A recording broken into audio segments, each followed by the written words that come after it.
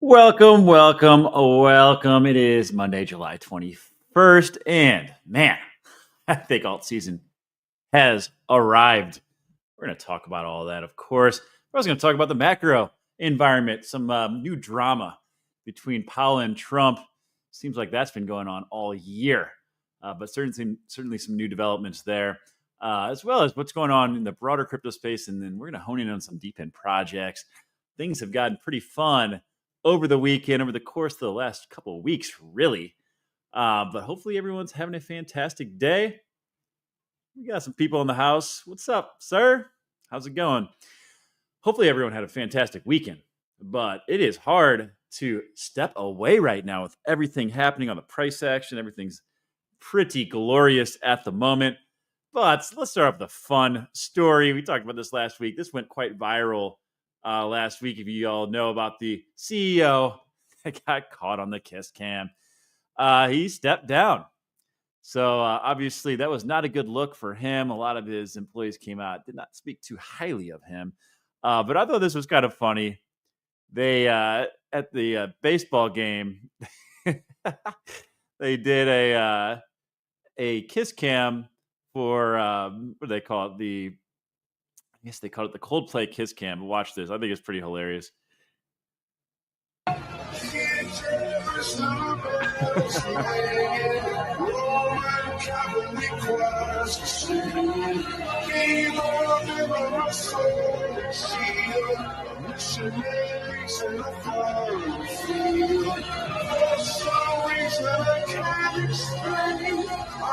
Pretty good. Pretty funny stuff there. Oh man! And then we had our boy Greg. I don't know if you follow Greg. He's got a lot of followers, but he took his shot. He messaged Sydney Sweeney and said that he's looking for someone in HR to help him out. So everyone had a lot of fun around that one. And he said, you didn't miss all the shots you don't take. Could be Michael Scott, could be Wayne Gretzky. It's one of my favorite clips from that show. I love The Office. So funny. All right, guys, let's talk about some real stuff. DePIN Links in the house. Good morning, afternoon, or morning. Yeah, it's different times for everyone around the world, for sure. I have to keep that in mind. I look at my viewers, and there are people all over the world. By the way, guys, over the weekend, I hit 2,000 subscribers. Very exciting. It's been quite a grind, especially over the last 7 months or so. But we stuck to it, man. There's a lot of people that really lost faith. In fact, you know what? Before we get into the macro stuff, I want to talk about that. Man, it has been pretty trying over the last 7 months. But there are people. I was thinking about this. There are people that I've been subscribed to watching before I even had a channel, years ago, and even a lot of them lost faith and became Bitcoin maxis over the last 7 months. And the market makers have a real way of playing off people's emotions. And I think this is something we have to be really conscious of, especially with the fear and greed index. But, everyone, when the market's up, you see the euphoria on your timeline. It's really hard to keep your reality. Stay realistic, right? And it's important to touch grass because the market makers know that, guys. Like, their goal is to have max extraction. I mean, that's what we've seen time and time again. The stars could be aligning perfectly, and then all of a sudden they kind of throw some news out there and can pull the rug out from under you. But the opposite is true too. And I think we've seen this over the last couple months, especially. The max pain was in. And the amount of people I saw lose faith that said they would never buy an altcoin again. And, altcoin season will never come. And everyone, just like basically shitting on DePIN, everything. All of a sudden, when max pain hit, the market makers are like, okay, time to turn things around. Obviously, there's a lot of catalysts that we've been talking about the last, 6 months that have led up to this, but it's really wild. When everyone's looking one way, you really, really have to, in this industry especially, be able to take a contrarian view, and really, really question whether or not there's reasons to have the contrarian view. Speaking of someone that had a contrarian view, Suburban's in the house. We were talking about this morning. He sold in December. He sold a lot of assets in December, right around the peak, and everyone was giving him so much shit about it. They're like, dude, we're about to see the next leg up in the bull run, blah, blah, blah. And I'll tell you what, like, I trust Suburban's judgment. He's proven time and time again that he's got I don't know what it is, man, but he just has that feeling and he goes with it and he sticks with his gut. And I appreciate that with him. But I gotta say, like, I thought too, looking at prior market cycles, I was like, well, everyone else, says the market's going to keep going up. So I was kind of fell under the same illusion. It's really, really important though to question that sometimes. And the one thing, over the last 6 months, that fear and greed index is something, that's his Warren Buffett, right? One of the greatest investors of all time. He hates crypto, but so thank you so much for the kind words. Of course, man. Warren Buffett, it's as easy as being greedy when others are fearful and fearful when others are greedy. It's easier said than done, though, guys. When the market is going crazy, it can be really hard to think about, okay, your bag, you start seeing crazy numbers and you're like, oh, all I need is another 10x. And then I'll never work again. And oh, man, sometimes you got to remember to take some profits. And there's a saying that the best investors are really good at doing nothing for extended periods of time. That is absolutely true. We'll go through in the show and look at this last year and a half. And I think there's gonna be a lot of volatility in the next few years that you can play that volatility. But just don't get too greedy, guys. Crow's another one. Yeah. Yep. Yes, sir. All right, let's dig into some news, guys. There's a lot going on right now and a lot of exciting stuff happening for sure. Let's see. We gotta get Michael Scott out of here. That's not what we're trying to share. We're trying to share the hack, man. I don't know if y'all saw this. This is kind of a developing story, but there are not just U.S. government agencies, but huge hack across Microsoft right now. It says that major hack targeting servers running Microsoft SharePoint software has reportedly impacted at least two U.S. government agencies among hundreds of other targets around the world. Tens of thousands of servers hosting the software could be at risk. And it says that the hackers may have been able to steal sensitive data from connected Outlook and Teams accounts. Yikes. Cloud-based services are not thought to be compromised. We'll see about that. Here's the deal, guys. This is where that value proposition for decentralized services really comes through. You think about your conduits, right? Think about your fluxes. Man, there's a lot to be said about getting away from centralization. These types of attacks, I feel like it happens so often now we become numb to it, but we don't have to. And I think that, DePIN really provides an alternative so we don't have to deal with that and the losses that come with it. And I think we're going to see that transition come. All right, let's talk about the newest with Scott Bessent. If you guys remember, Elon talked about starting his third party. And this is what Scott Bessent had to say about that. It's not a big secret that you had your differences with Elon Musk when he was working in the administration. Differences with Elon Musk. If you remember when Elon had that black eye behind Trump, there were rumors that him and Bessent got into this fight. I can't imagine Bessent hitting somebody ever. That's kind of funny to think about, but those were the rumors. He announced this weekend that he is starting a new political party. Does that worry the Trump administration? Look, the principles of Doge were very popular. I think if you looked at the polling, Elon was not. So I believe that the boards of directors at his various companies wanted him to come back and run those companies, which he is better at than anyone. So he said he was unpopular. Was there any credence to that, though? Well, this is kind of wild. And, Elon is obviously taking a step back and going to work for his companies again. But check this out. I would say that I have rarely seen someone who entered the political scene and it has been so unkind to them. What are we talking about here? All I can say is, geez Louise. The first time we ever saw Elon Musk ever polled was all the way back in June of 2016. He was the most popular person polled by Bloomberg back in June of 2016 with a plus 29 percentage point net favorable rating. Down we go as we go to this side of the screen, July of 2025. Yikes. Minus 37 points on the net favorable scale, according to our latest CNN poll. Get this, that is a 66 point drop. He is now the least popular person that we polled. So the bottom. Wow. Talk about a shift. Man, that politics were not very kind to Elon. Kind of like, hey, stay in your lane, buddy. Stay in your lane. In fact, his companies did take a hit. Tesla did lose $68 billion after saying he was going to launch that third party. I got to say, I bought the dip on that. This was a couple weeks ago. So I am now a Tesla shareholder. I was in the past too, but I had sold it, but I did buy back in. That said, he has just recently announced, this came out today, that he's been sleeping in the office again. He's committed, guys. He's back at it. Tesla was, I guess it's down slightly now, but it has bounced back really well over the last couple of weeks since that dip. He said he's back to working 7 days a week and sleeping in the office. My little kids are away. And I think that is what he should be doing. So if you look over the last 5 days, Tesla has been back on the mend.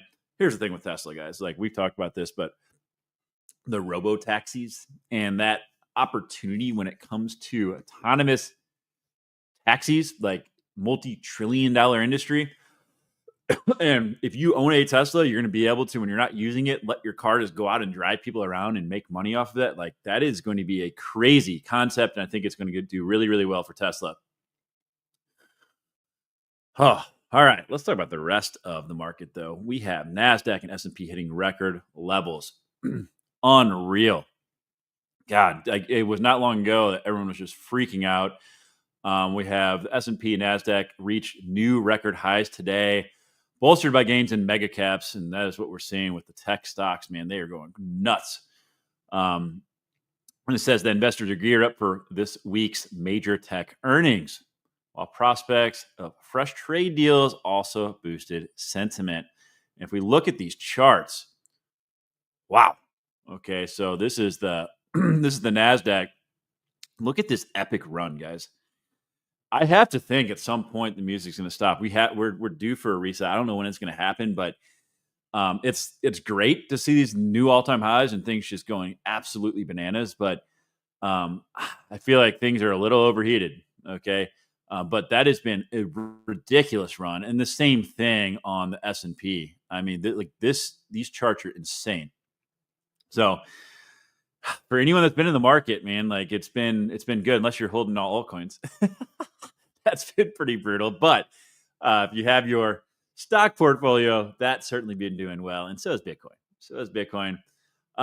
There was some new drama, though, over the weekend, and this has to do with Powell and Trump and everything going on there. And we've covered this a lot. And I cover it because it makes a big difference on what could happen with the markets and interest rates.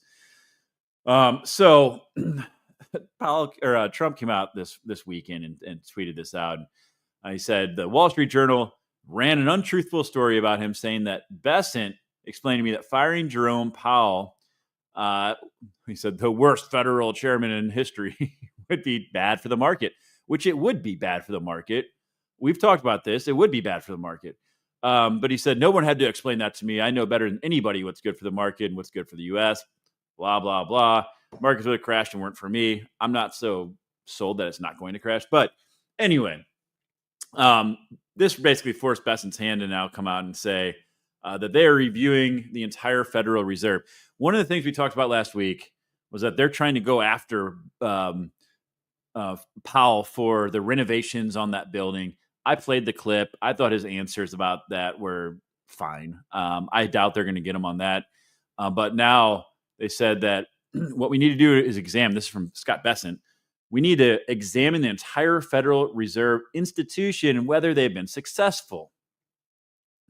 Has the organization succeeded in its mission? If this were the Federal Aviation Administration, and that's kind of a sore subject, and we're having this many mistakes, we would go back and look at why this has happened. Okay, that's fair. I mean, look, my take on it is, well, you guys probably know if you watch my live streams, but I think that if it weren't for the tariff situation, the uncertainty there, we would have had rates lowered by now, frankly. So that's kind of where we're at. And I don't know that lowering rates is necessarily going to save our debt situation. I can't remember if I had anything else highlighted here or not.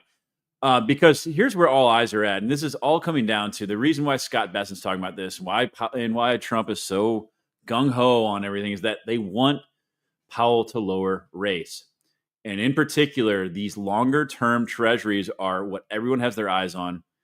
You've got the 30-year treasury, obviously, is just climbed. You've got the 10-year treasury as well, which I talk to Suburban about this all the time. That has been on the rise also, and this is a particularly an important year because we have $9 trillion of debt that needs to be rolled over this year.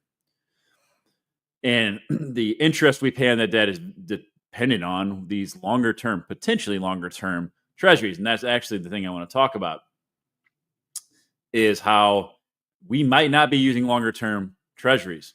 There's an article that came out that said that after this mega bill passed, expect a ton of short term debt to be sold to finance the government's deficit. And a lot of that, it does go on to say, sorry, there was something else in here.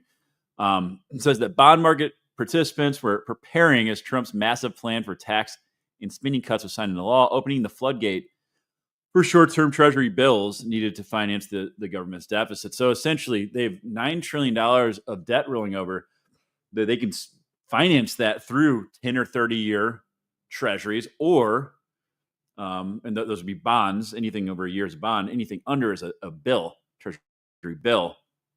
Or they can use short-term debt. Biden did a lot of short-term debt. That's why we have so much debt coming due this year. And it is about a fourth of our debt in this next 12-month period. So this is a really big deal where interest rates are at. But it did talk about the risk of doing this. Okay, and I want to kind of walk through this because this is super, super important. So it says if you're funding deficits with short-term paper, again, instead of using a 10 or 30, you're using a year or less, and then again in a year you're going to have the same problem of financing that over and over again. So there's a risk that a shock could come along, and that puts the funding cost at risk. If inflation suddenly rises, so if we have inflation rise up, then instead of cutting rates, Jerome Powell might have to raise rates to fight inflation. And now a year from now, we're having to refinance the same debt at higher rates potentially. It said exactly that. It said it would increase the cost of short-term funding as T-bills rise. In addition, a recession and contraction in economic activity could cause a drawdown in savings and it would reduce the demand, so less people would be able to buy our debt.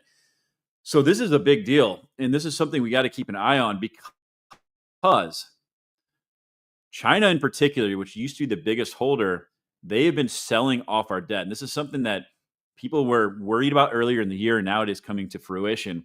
It says that the U.S. Treasuries are plummeting as Beijing is reducing U.S. dollar reliance. In fact, they have their lowest holding since 2009. And if you look at the largest holders of our debt, it used to be that China was up there just behind Japan. UK has risen up, but this is China that's highlighted here. They were near $1 trillion earlier this year. They have been dumping our treasuries, and they know what they're doing. By dumping our treasuries, that's pushing up those long-term rates, which obviously have an impact on a lot of things. Businesses ability to borrow and hire our real estate markets, but they also know we have $9 trillion in debt coming due, and this is going to kind of force our hands to using short-term debt, and that is a big reason why the stablecoin bill is so important, because that's expected to finance trillions of dollars worth of that debt. Of course, that's going to be short-term debt, but still, that's a big deal. And then the other thing we've talked about is the SLR and allowing our banks to hold more debt, because right now it actually goes against their leverage ratio. They're going to change that sometime, likely later this summer, so that our banks can hold more of our debt. But other countries just are not buying our debt like they used to. And this is a big problem. All that said, if we look at the likelihood of a recession, people have really changed their tune. It was, God, this is crazy. This is a crazy chart, really. Back in May, even, we were at 66% chance of a recession this year. That's only 2 months ago. Wow. And now we are sitting at 18%. So quite a turnaround. And this is the public sentiment, of course, but Polymarket's been pretty accurate. But a lot of that, of course, was fears around the tariffs, which, let's be real, they aren't fully figured out yet. Okay, there's still a threat there, but I think a lot of people are realizing that maybe they won't be as bad as they originally thought. But as we also get further into the year, it becomes less likely to. There's less months for it to happen. But anyway, that's what's going on, guys. I am going to talk more about like the job market and that sort of stuff later this week. I actually have a special guest coming on that he's published articles on, in particular, the job market, how it's changing around AI and how it's impacting especially new graduates in finding work. And there's some disturbing trends we're seeing there. So I'm going to have him on to speak about that later this week, but super sharp. And then we're going to talk about DePIN as well, because he's super into the DePIN space. All right, let's move on. You have any comments in here? You said, talking about new DePIN projects, have you seen the latest Forbidden Eaten for Men? I have not. I don't know what that is.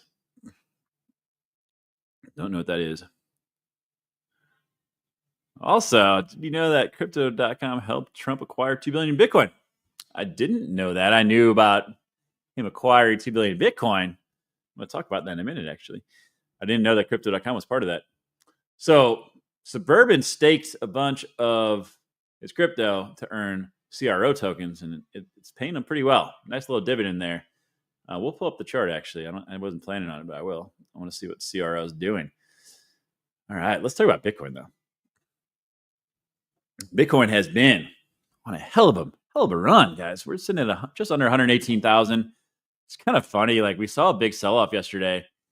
And it dipped like maybe $1,000. It's like, man, I can't believe it just dropped. Huge drop to 116,000. It's like, wow. Kind of almost have to check yourself. You're like, wow, dropped to 116,000. Retail is coming back, though. I gotta say, the Bitcoin search terms and altcoin search terms are on the rise. So I think people are starting to pay attention, maybe a little bit. But of course, one of the things to point out, though, is, guys, this chart has been really resilient, and someone sold 80,000 Bitcoin last week. Like, that is insane that they sold 80,000 Bitcoin last week, and we are still sitting here. Oh, by the way, I didn't pull this up, but UK, I will pull this up. The UK is talking about selling Bitcoin, 60,000 Bitcoin, to fill up a hole in their budget. Let's pull that up. That's ridiculous. Did they not learn from Germany? Like, this is going to be such a blunder. They're going to look back at this and be like, what were they thinking? So 7 billion in seized Bitcoin to boost their budget. This is what they're looking to sell. I wonder if they've sold any or not. I tried to find their wallet and I couldn't find it. But it says that, where's the total amount? 61,000 Bitcoin is what they're looking to sell, that they seized in the Chinese Ponzi scheme from 2018. Man, if you all remember, Germany sold I think it was like 50,000 last summer. And that ended up being a really bad decision because Bitcoin was around, I think it was like last August, right around there. Ended up being, I think at the time, like $58,000 per Bitcoin. So they really, I mean, looking back, what were they thinking? And now we have the UK threatening to do the same thing. But again, before everyone freaks out, we just saw the market like basically take 80,000 Bitcoin being sold and just like largely unaffected. So who's buying it? Well, there's a bunch of people buying it. For one, there's this Ohio pension fund.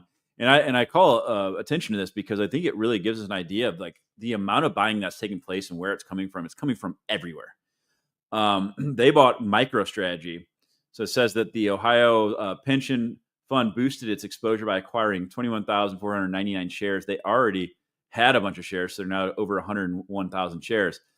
But in particular, it says the move is not an isolated event, but rather a significant piece of a larger puzzle, the accelerating institutional adoption of digital assets.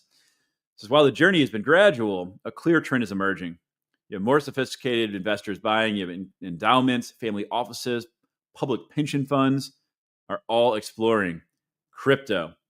So you have it everywhere. You've got the BRICS countries buying. We might have some news around the strategic Bitcoin reserve in the US soon. We'll see. But man, and then I talked about last week, 401ks are about to start to be open to other types of investments, including crypto. Like the amount of money coming in is insanity. And then this is what Suburban was just talking about. Trump Media Company just bought, they said they already acquired $2 billion. So maybe they were part of what helped keep Bitcoin's price up with those other big sales. But man, the supply shock is coming. We're seeing some of the really old whales selling. Once that gets depleted, I don't know where it's going to come from. I think we're going to probably see some bigger moves ahead.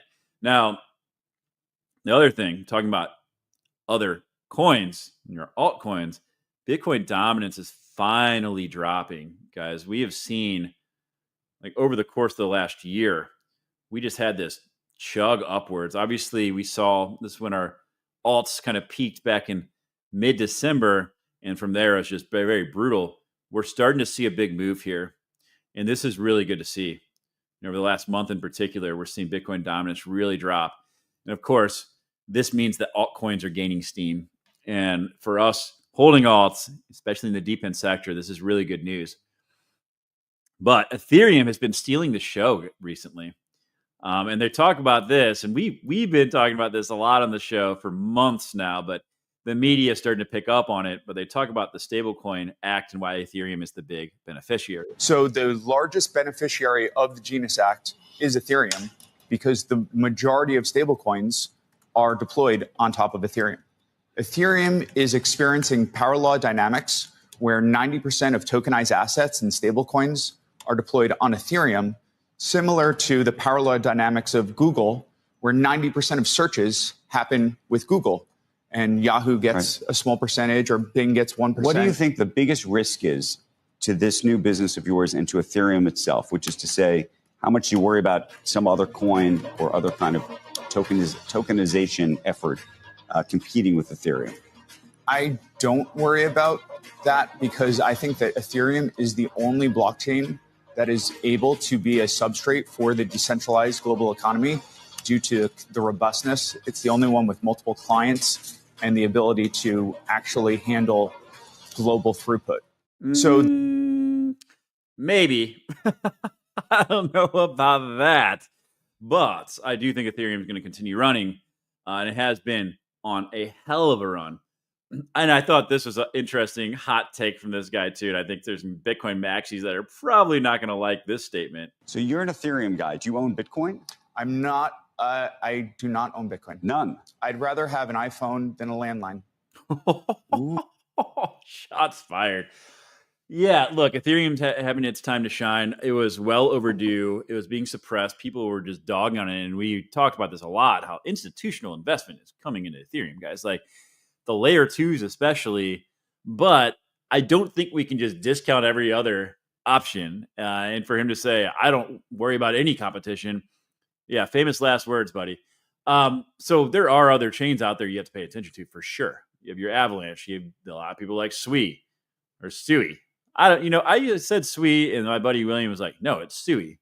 So I don't know which one it is. But either way, there's plenty of other blockchains out there. I think we're going to be in a world where there's going to be multiple blockchains that are functional. You're going to need cross-chain compatibility. We're already seeing a lot of DePIN projects do this, where they're launching on other blockchains and multiple blockchains because you get more access to liquidity. So I don't know that you're necessarily going to have one that just wins the whole battle. I think we're going to have a world where we're going to have very many that maybe do certain things better than others. But guys, I want to call attention to something. We're starting to see some things like this. Okay. And I think it's really, really important to not chase, but also remember the accounts that weren't here for the last 7 months, that were just bear posting, that now deleted all those posts and now they're bull posting. And you're starting to see like crazy things, like people talking about XRP going to $15,000 and Chainlink to $1,000. So when you see this type of stuff, you're like, is this true? You're like, oh my God, where's Chainlink at today? Like, well, I want to say it's around, like, once this loads, if it does load, here we go. It's right around $20. Okay, so yes, it's been on quite a run. But guys, let's do the math real quick here. Okay, $1,000 for Chainlink. Currently, let's just do for easy math. Let's just say that it was $20. So that'd be a 50x from here times 13.24. I mean, that'd be a $662 billion market cap. Okay, that's ridiculous. I'm not saying that Chainlink will never get there, but like, that's crazy. You got to start doing some math here, and you can't just look at these people's posts and be like, "Oh my God, this is going to 1,000. I need to buy this." Okay, people make some outlandish claims. They start like, I remember when people were talking about Doge going to like $1,000. You got to look at market cap and do some calculations here. You can't just take what people say at surface level. Oh, someone's talking about the candles, guys. Who is that? That's Shayna. Shayna's out here talking about candles. Not the candles in the background. Guess what I have? Got my candle right here. I mean, guys, the bull posting is out of control. Now, I will say I do like Chainlink. I also like Ondo. And if you've been with me and been paying attention, we talked about this probably 2 months ago, why I thought both of these would do really well. Ondo's up 50% in the last month. Chainlink up 56%. And it's this article right here is the one that we covered. And this is back, I guess, beginning of June, talking about how Chainlink, JP Morgan, and Ondo completed their cross-chain treasury settlement. So we talked about this news, all the stuff we've been talking about. We're now starting to see the price action. We're now seeing the media cover it. But since we talked about this in that stream, man, both those are up 50%, right? Both those are up 50%. So very exciting stuff to see all the news that we've been covering. Everything is actually starting to filter through to the prices now. But again, it's important to remember, markets don't go up forever, guys. Okay. And it's particularly when you get to the tail end of alt season, when we start to see some of the small caps run, you see things get overheated, but generally does not stay there very long. And that, again, is really, really important to remember. Man, some other news. We got Flywheel out here. What's up, Flywheel? Excited to see Ethereum being recognized for even just a small bit of its potential. I agree. I think Ethereum is going to be massively used by institutional adoption. But I also think like Avalanche. Okay, I know my boy William is a big Avalanche fan. I think Avalanche is going to be one that a lot of institutions use because they want to launch their own chains and they can do so very easily on Avalanche. I think there's a lot of blockchains you got to pay attention to, but I think Ethereum will do well. In fact, guys, we saw some crazy stuff happen with NFTs on Ethereum yesterday. Y'all remember CryptoPunks? In fact, I know Flywheel and I'm about to talk about V1s here for a second before we get into DePIN. I know that Flywheel and I were very, very on top of what was happening with CryptoPunks. I just got a notification that. All right. I got to check that later. Okay. So CryptoPunks got swept. We had like 76 were purchased over 5 hours yesterday for $13.5 million. And I believe in some of the stuff I read, it was like a newly funded wallet from Coinbase. So someone came in here and was like, hey, altcoin season's coming. I think NFTs are going to have a comeback and just drop $13.5 million.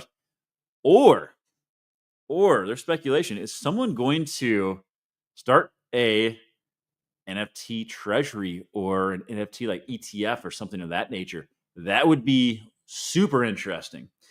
And I don't think it's that outlandish with everything that's coming. So somebody with some pockets came in here and swooped those up. Same thing with Squiggles. So, you got to pay attention to this stuff because there are other opportunities potentially that arise in these situations. One of them being the fact that CryptoPunks were not the actual originals. So a lot of people know about CryptoPunks. They're the most valuable, I believe. You've got like, Bored Ape, whatever, but like, and not to say Bored Apes aren't great, but I think CryptoPunks, they were one of the first NFT collections on Ethereum, and they've held up their value very, very well. Now, what is super interesting is that the same group actually launched the exact same collection. There's 10,000 in there. Exact same collection 2 weeks prior. There was a problem with the contract though when they launched them. So basically, you could go in and like claim these things for essentially for free when they first launched. No one even knew what NFTs were. So the first ones though, when you went to go sell them on the secondary market, the contract was messed up. People could exploit it. So basically, let's say I went to go purchase your NFT, you transfer ownership to me, and then I was able to get my Ethereum back. So essentially, I was able to take my money back and get your NFT. And they realized there's a problem. So 2 weeks later, they decided that they were going to just relaunch the exact same set, identical. And those are the ones that everyone ran with that became very valuable. A few years ago, though, someone was able to basically create a wrapper on the contract that fixed the exploit. So these became tradable again. So all the owners of the OGs had to essentially use that contract to wrap their NFT. And you can see as of right now, roughly half of them, a little bit over 5,000 of them are wrapped. There are probably a lot of them that are in old wallets that aren't accessible anymore. So some of them will never see the daylight again, most likely. But I bring this up because a lot of people don't know about this situation. The floor on these is 2.28 ETH versus, well, I'd have to pull it up, but it looks like, I think right now it's somewhere around 40. I think it was like around 46 ETH after that buyer came in on the OGs. Although these are actually on the blockchain, these are actually the OGs. They were first. So these are the type of opportunities like I keep an eye on in bear markets, but right now even I think it's still pretty. I mean, $8,500 is not cheap for an NFT, of course, but compared to it and compared to where they went, because I flipped some of these. I knew Flywheel Systems got in there with me, and these things were trading for like 15 ETH. So something to keep an eye on. And the other one that I'm looking at, I know it's funny. I've covered this before, but these crypto titties. So these actually started. If I can find that, I wonder if I can find the website here. These actually were, I think, the 19th NFT collection on Ethereum. They were also the first NFT charity, and there's only 144 total in the set. So incredibly scarce. So I swooped up some of these in the bear market, but again, very early on Ethereum. So I look for things that, okay, have historical relevance. Here's the website, probably. Here we go. So you can see here, let me share this tab. So they originally created these for charity back in 2018. So these go back a long ways, guys. So I like the fact that it is early on Ethereum. Again, super scarce. Most NFT collections have 10,000. These are 144. And you can snag one of these things up for one sold the other day for like 0.4 ETH. So for me, I'm like looking at these. I looked at these throughout the bear market. Yeah, so 0.41 ETH, someone sold one 2 days ago. Or 2 weeks ago, sorry, for 0.41 ETH. So I'm like, hey, $1,100, these things could, one day, if someone, a bunch of people figure out what's going on with these things, look at the floor. Look at the items here. The floor is super thin. You have one that's listed for 1.35, and then from there it goes to 42 ETH. And then none of the other ones are listed at all. So that's another one. Of course, I snagged up when the opportunities came up through the bear market to sit on and see what happens. All right, let's talk about some broader altcoins and DePIN. Guys, the market is on fire. Last hour, not so great. Down a little bit. But on the day, still pretty green. These are the large caps, of course. We look at pretty much across the board, we are seeing green movement over the last week. I wonder if I go to the day here. I think I can see over the day. Yeah, over the day. Still green on the day. Let's look at our DePIN side of things. Render has been on a nice run. Guys, a lot of these projects that we covered when I did my DePIN week are up massively in the last month. It is pretty wild. H&T is down on the day, but on the week, everything's up a lot, except for GeoNet. Kind of weird. I don't know what's going on with GeoNet. On the year, it's the only one that's green, though. Everything else is majorly red. So it's been a lot more stable than the rest, but it has been little red this week and on the month. I think the market will figure it out, though. Let's look at the altcoin index. Up to a 56. Look at this chart. So obviously, altcoins are on the rise. That's to be expected. We talked about the Bitcoin dominance chart, and alts are starting to really run. Ethereum is getting a lot of capital. We have other catalysts still coming, though. I think this is something that people need to realize. Like, yes, the stablecoin bill was great for Ethereum, but there's spot ETFs that are likely going to be fully approved here pretty soon. Solana being one of them. Solana almost is at $200 today, by the way. Solana, we've got Doge, we've got there might even be a DePIN ETF that comes. I think Grayscale is going to create a DePIN fund at some point, but there are a lot of spot ETFs coming that are going to pull a lot of new capital into the altcoin space. So I think we still have a ways to go. I think we still have some catalysts on the way. H&T, let's talk about Helium here. We talked about it quite a bit, but the halving is coming on August 1st in like 2 weeks, roughly. Helium has been crushing it, guys. Over almost 1.3 million daily active users. You've got 40 terabytes of data over the network, over 101,000 mobile hotspots. So they're absolutely killing it. If you look at the price action, this switches over here. Here we go. 381. But again, this is one that when we covered this during DePIN week, it was about 220. So huge run for Helium. And I think we still have a ways to go. I don't think the market is looking at DePIN at all yet. And I think that TradFi investors, when they're looking for opportunities in crypto, I think DePIN is one sector where there's actually revenue and they're like, hey, I can get on board with that. This thing got up to, I actually do think it wicked all the way up to almost $60 in the last bull market. So I think Helium could absolutely run. The other thing I want to call out is ROVR. If you want to watch my interview with their team, you should check it out. They're doing LiDAR mapping.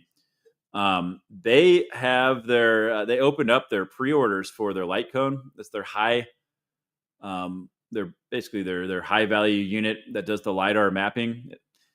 They only have like 20 left. So where is it at? Here it is. So this Litecoin here, it's not cheap, but I know people's ROIs right now have been looking pretty. And if you drive a lot, I think you could have a pretty decent ROI. All right. By the way, I have been snagging up some ROVR token. Just because I talked about this before, but the circulating supply is super low. This is like what we saw early on with Hivemapper, guys. Like the only tokens in circulation are what's being earned by the drivers. The team and their investors have not had token unlocks yet. So if we do have a run up in the next couple of months, you're looking at a market cap right now, 1.17 million. That's insane. So this is these types of projects that have a low floating or low circulating supply that I think are getting traction could run. The only concern I guess I have with ROVR though in the short term is that you look at GeoNet and Mike Horton's very against like large centralized exchange listings, and he's working directly with ROVR. I don't know they're going to get like the catalyst that Hivemapper had with like a Coinbase listing. And I hope I'm wrong. Hopefully they do go for a centralized exchange listing. But if GeoNet's an indication of anything, we might not have that catalyst, and that could limit the upside in the short term. All right. Let's see what questions we got here. He said, people be making stuff up. I think you're talking about the crypto titties.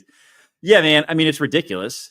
It's absolutely ridiculous. Like, but again, the blockchain doesn't lie, guys. If you can find something with historical precedent in an NFT collection from 7 years ago that has a good story with it, like the CryptoPunk V1s, or has something like super scarcity around it in the first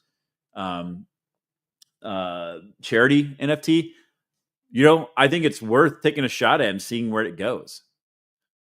Because we are starting to see a run on NFTs. So it's time to look at those opportunities.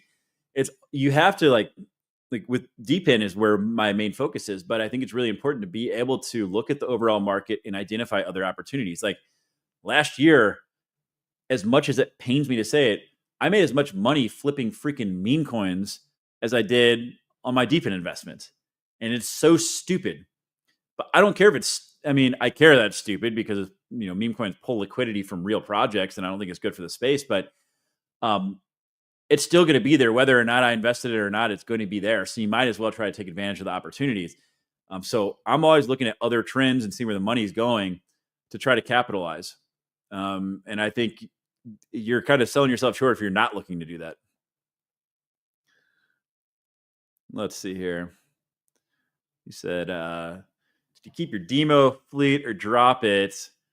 Token rewards are showing some life. I'm going to keep it running until the subscription cost comes up. But as right now, I'm planning on sunsetting it as I have to start paying monthly for them. I'm holding the token though. You know, if you haven't seen watch my video that's pinned to the top of my X profile.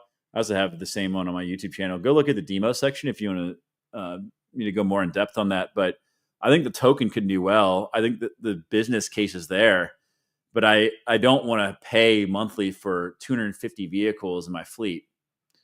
So I'm holding the token because I think that the revenue can come through, but I wouldn't recommend at this point building out a massive fleet. And especially at the prices today, I think the token is not a bad thing to look at right now from where the price is. I know who this is. This is Jesus, the Yabba Dabba Doo scam. He's talking about Daba. Daba's doing well, man. They have brought on new ICOs. They have a lot of installs that have come in. They're expecting to have their token launch within the next 60 to 90 days, and they're doing weekly spaces now for transparency. They already have their decentralized exchange listings lined up, and I think they could surprise some people.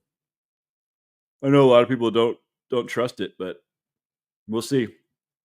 I could eat some crow there, but I think that they'll do well. I don't know what is going on with my throat. All right, let's talk about another one of your favorite projects, Jesus. Hivemapper. I know you love Hivemapper.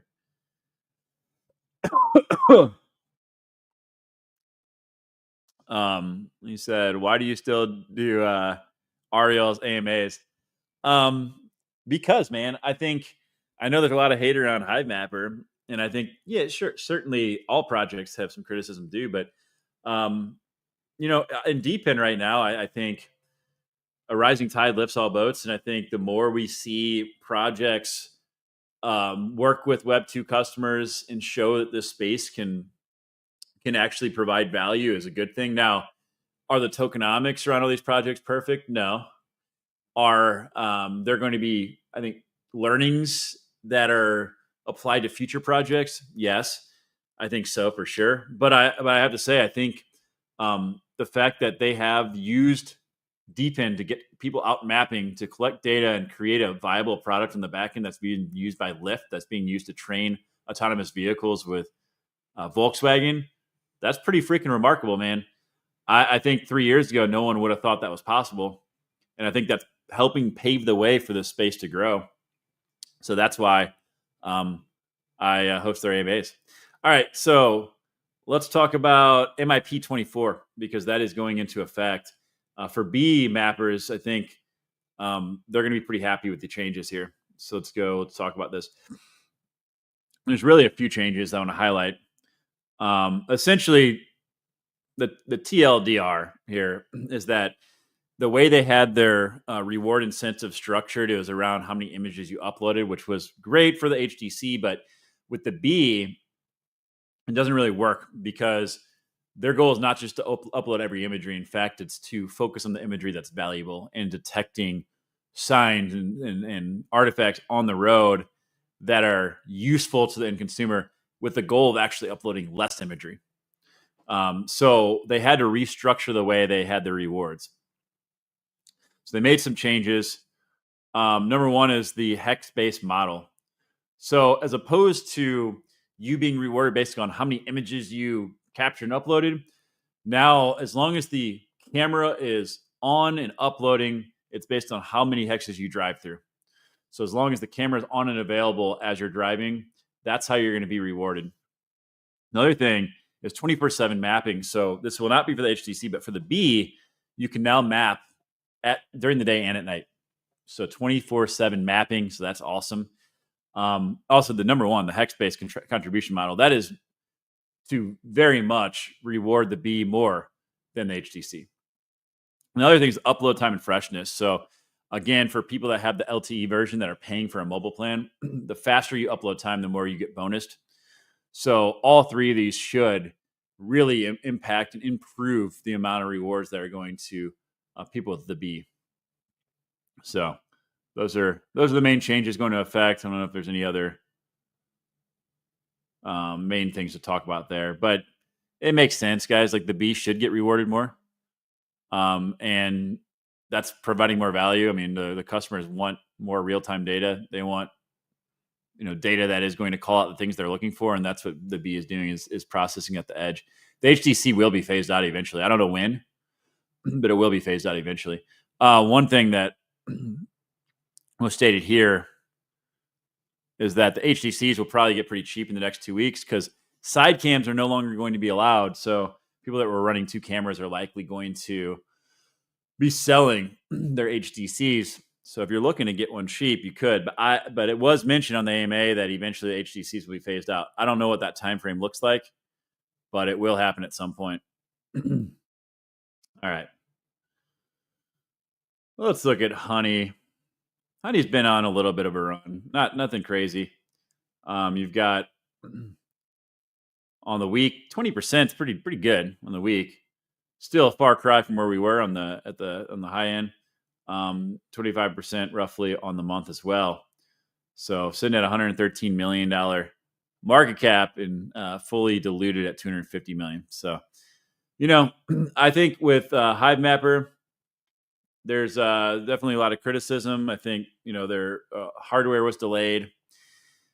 Those are shipping now. They're at full production. We talked about that in the AMA. There's a lack of transparency around the shipping schedule. I think token burns is another area that one of the MIPs they just approved and are launching should help with transparency around that. And obviously, there's a lot more tokens in circulation now. So getting that price up is more difficult. I talked about that with ROVR because their circulating supply is so low. That is a lot of reason why Honey ran so hard with that Coinbase listing is the circulating supply was pretty low at the time. And I think we're seeing something very similar with ROVR right now. But I think, for people coming into the space, if retail does enter and we are seeing the trends that they are, if they're looking for projects, this is one that could resonate with them. The DePIN for Google Maps, it's pretty easy to understand. They have the Web 2 customer announcements. I think certainly from a hype perspective, it could draw some eyes. All right. I want to talk about Arweave, guys, and that ecosystem. Hopefully y'all have been following my live streams because I've been talking about Arweave a lot. They're doing permanent storage. They're getting a ton of usage. They've got a lot of blockchain storing their data on Arweave. Essentially, the way it works, you pay once and your file and data is stored forever on chain. This thing has been on a massive run. So when I did my DePIN week, it was like in the 5s. So it's up 71% in the last month. And this is not a small cap, 550 million. I think this thing could absolutely continue to run. It is its own blockchain. It's available on crypto.com. That's where I have purchased mine. But I think Arweave is really a phenomenal play. And it's one that's getting massively overlooked and really serving a need that no one else is. And 2 other projects built on top of Arweave. One is AO. So this is like essentially a supercomputer built on top of Arweave. And this thing's also up almost 28% over the last month. $63 million market cap. So I have exposure to this project. Also, I'm looking for other stuff in this ecosystem. And then another one is REO. So This is a low cap. I bought a bag last night. Also up 26% on the month. Oop, I'm going to have to reshare this, aren't I? Can you guys see this okay? Ario, essentially, if you think about Arweave as the library, if you will, so think about it as a digital library, everything's stored. Ario is like an indexer, so it helps you grab the data that you want from that library. It's under a $5 million market cap, and if you want to purchase it, and not financial advice, obviously, do your own research, but I do have a tutorial. If you go to playlist, I have everything sorted in here on my channel, so you can easily go to different videos. But go to Arweave. I also have it in tutorials, the tutorial section. But if you go to Arweave and go to full playlist, you'll see here there's a tutorial on how to buy AO. Very similar process to buy Ario. Essentially, you need to bridge your Arweave over to WAR, and then you can swap that into either project. So I use the Wander wallet, by the way, is the Arweave wallet. But check out that tutorial if you're interested. But I think this ecosystem is one that's being overlooked that shouldn't be. I think Arweave is going to do some massive things. I think a lot of these projects are going to make some big moves in there over time. All right, some other news. Guys, I'm officially on the DePIN Happy Hour. Every Thursday, we get on at 6 p.m. Central Time, 7 p.m. Eastern Time. We've got a good crew. They need to update this picture. William, if you're on here, buddy, you need to get me in there. Also, you need to update your X tag because that's no longer you're no longer, I think you're William something now. So get my picture in there, bro. That's not me. All right. So definitely check that out, guys. We bring a lot of guests on, a lot of project founders, kind of just shoot the shit for an hour or two and talk DePIN every week, Thursday evenings. Tomorrow on DePIN Connected on our space, episode 19. Been at it for a little bit now. We've got Tashi Network coming on. Tashi is essentially building a decentralized server base for gaming. And there's a big problem with gamers, like especially old games. It's very expensive for them to host their games. A lot of times you'll see older games that shut down. They're driving down the cost and using a peer-to-peer approach for games. So that's a pretty cool project. It's a massive industry they're moving into.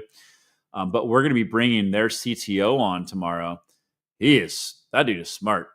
He's going to tell us about the project. So definitely set your reminders for that. But that's at 11 a.m. Central Standard Time. We do that every Tuesday. So I host that space, and we've got a good group of guys on there. We talk about DePIN. Follow Tashi Network. They haven't had their token launch yet, but it is coming soon. But I think I think they're going to do big things. And follow Ken. So Ken will be on with us, Ken Anderson. So he's the CTO. And yeah, if you listen to some interviews with that guy, man, he's wicked smart. And then one other thing I want to call attention to here. I have this pin at the top of my page, but guys, if you haven't watched my 30 project overview on DePIN, check it out. I have it on my YouTube channel as well.